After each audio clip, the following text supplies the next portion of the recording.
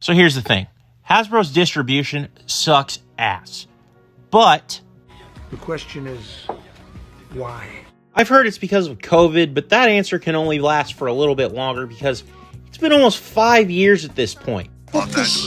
Yeah, I can't believe it either. But regardless, bad distribution means that it's hard for your favorite mediocre reviewer to get any modern toy reviews out the door. And the ones that I do end up getting out kind of get ate up by the algorithm because they're kind of old news by now. But this is a rare occasion where I've gotten ahead of the game, and BotCon has allowed me to get a hold of some of the new legacy waves. Chief among them, I want to talk about the new Cybertron Hotshot. So right away you'll notice, big shock, he looks just like the original. Which, let's be honest, it's exactly what we want. But that means there's room for direct comparison with this guy. I mean, this car mode always works so well. A swish supercar with a lot of power behind it considering it's a rear engine. But this one is a very faithful rendition of that design. The blue plastic they chose is very similar to how it is on the original. It even has that little swirl in it too. Also, for some reason, the yellow they chose is kind of see-through, but oh well. One thing I can't let slide is the fact that they molded in the yellow that would have been on the spoiler, but they didn't paint it. What the hell? But other than that, all the details pretty well match the original. There's even some improvements like the fascias being blue instead of red this time. One thing I'm not a fan of though is how little thought they put into adding detail into the engine intake.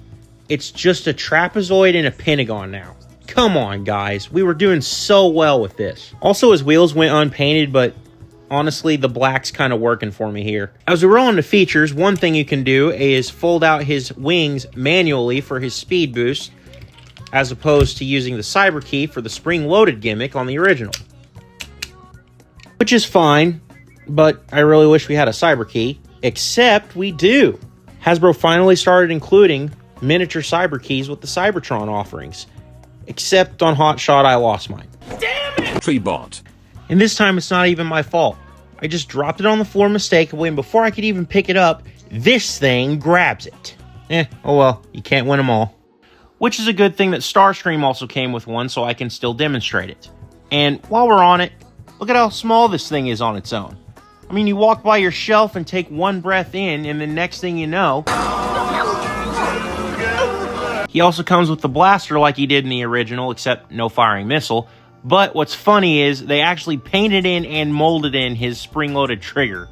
That's hilarious. Now, most of you know I don't really care for attack modes, but as attack modes go, this isn't too bad. You'll also notice he's covered in 5mm ports, so you just throw a red cog weapon or two at him, or just all of them at the same time. And now he looks like he's in Dark of the Moon. Shoot him! Shoot him! Shoot him! And to be honest, I'm getting a lot out of this considering how big I was on Dark of the Moon back then.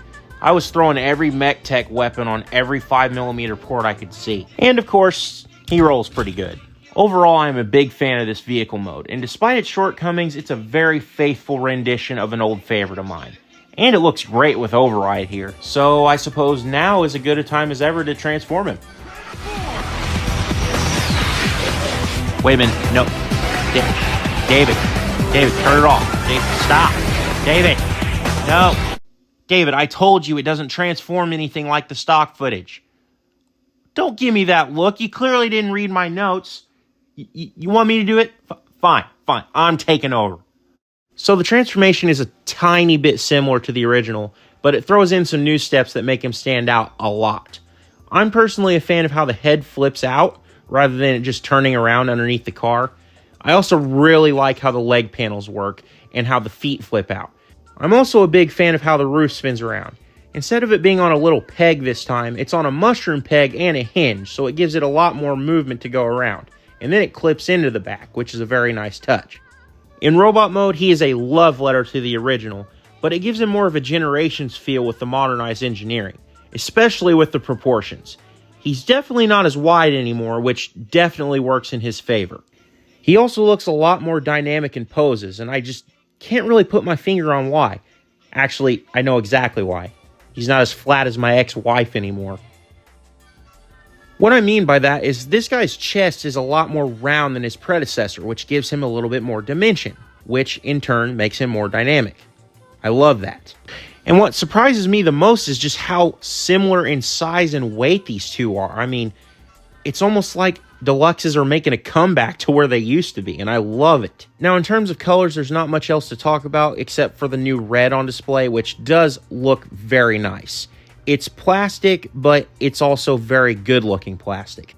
Now, my favorite thing about this version is the head. I think it's a vast improvement over the original. Not to say the original's head is bad, I just vastly prefer how this head crest looks being painted and all, as well as how great his face sculpt looks. I mean, look at his eyes. They're so nice looking, even though he doesn't have light piping, but I'll throw that away for any nicely painted face anytime. Also, for some reason, they got rid of his arm cannons that were on the inside of his doors. I don't know what the hell's up with that. Everything else just comes down to greebling that was on the original, and that's the good stuff that they should have left. It's not a Cybertron figure without some good tech greeble.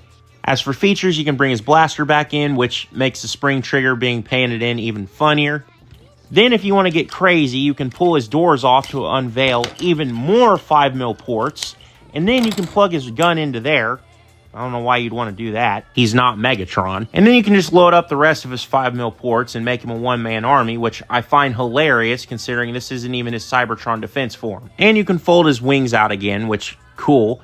But I'm kind of sad that they don't spring out because I can't make that Buzz Lightyear joke again.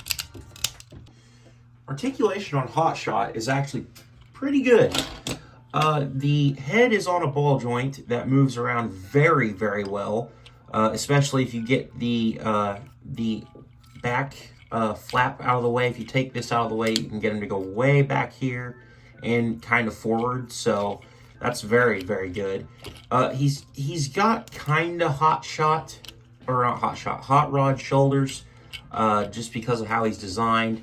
But he can go outward like that, and then he can go all the way around if you have these folded up, which, I mean, you might as well have.